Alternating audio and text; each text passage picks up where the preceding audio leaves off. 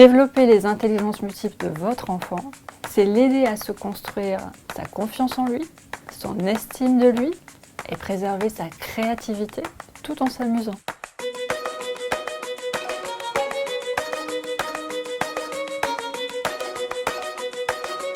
Il existe au moins 8 intelligences qui sont effectivement des habiletés, des façons d'appréhender le monde et des manières de résoudre des problèmes. Donc on peut résoudre un problème en utilisant son corps, en utilisant les sons, en utilisant les images de plein de manières différentes.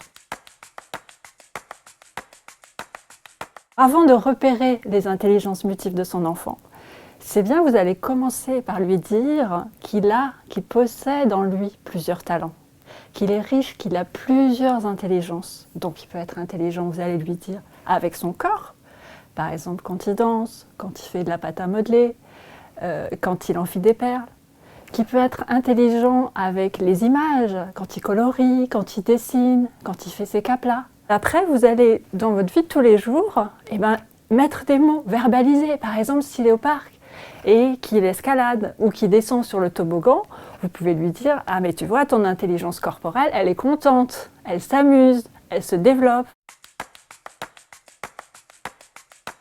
Quand vous allez faire vos activités de tous les jours, ou que vous lui proposez un jeu ou une activité, mais prenez juste 3 minutes avant de le faire pour vous demander comment vous pouvez solliciter plusieurs de ces intelligences. Mais je vais vous prendre un exemple concret très simple, vous allez voir.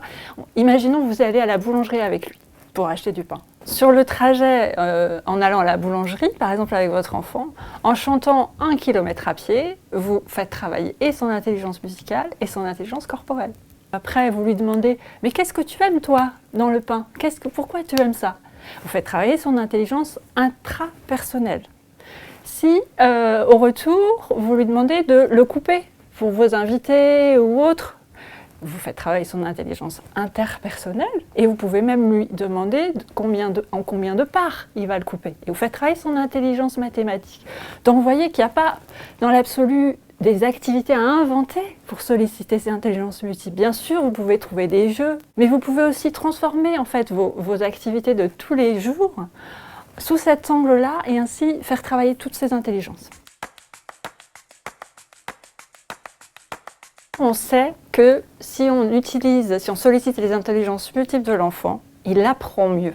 Après, ce qui va être bien, c'est d'utiliser les intelligences dominantes de votre enfant pour l'aider dans ses apprentissages. Comment je sais quelles sont les intelligences dominantes de mon enfant ? Là, vous allez observer un petit peu. Si votre enfant, par exemple, il aime bouger, il aime manipuler, il aime toucher, il est à l'aise avec ses gestes, eh bien son intelligence dominante est peut-être corporelle. S'il adore imaginer, dessiner, colorier les puzzles, les couleurs, c'est peut-être qu'il a une intelligence dominante visuelle. Et vous allez utiliser celle-ci pour l'amener, par exemple, au nombre, pour l'amener au compte ou pour l'amener à l'orthographe. S'il a une intelligence dominante visuelle, vous prenez une feuille, vous dessinez en ligne 6 ballons, vous mettez en face de chaque ligne un nombre, 1, 3, 6, 9, et vous lui demandez de colorier autant de ballons qu'il y a le nombre sur la feuille.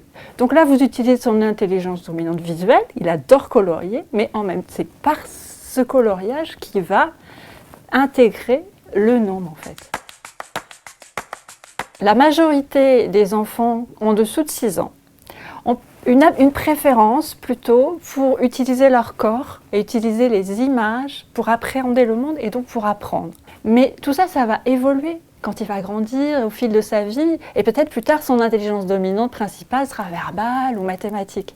En fait, en tant que parent, ce qui est juste important pour votre enfant, c'est de continuer à le solliciter dans toutes ses dimensions. Et lui, en fait, il va piocher, il va utiliser celle dont il a besoin pour apprendre et il va utiliser celle qu'il aime de toute façon, naturellement, il la gardera. C'est important de pouvoir continuer à lui proposer des jeux dans toutes ces dimensions.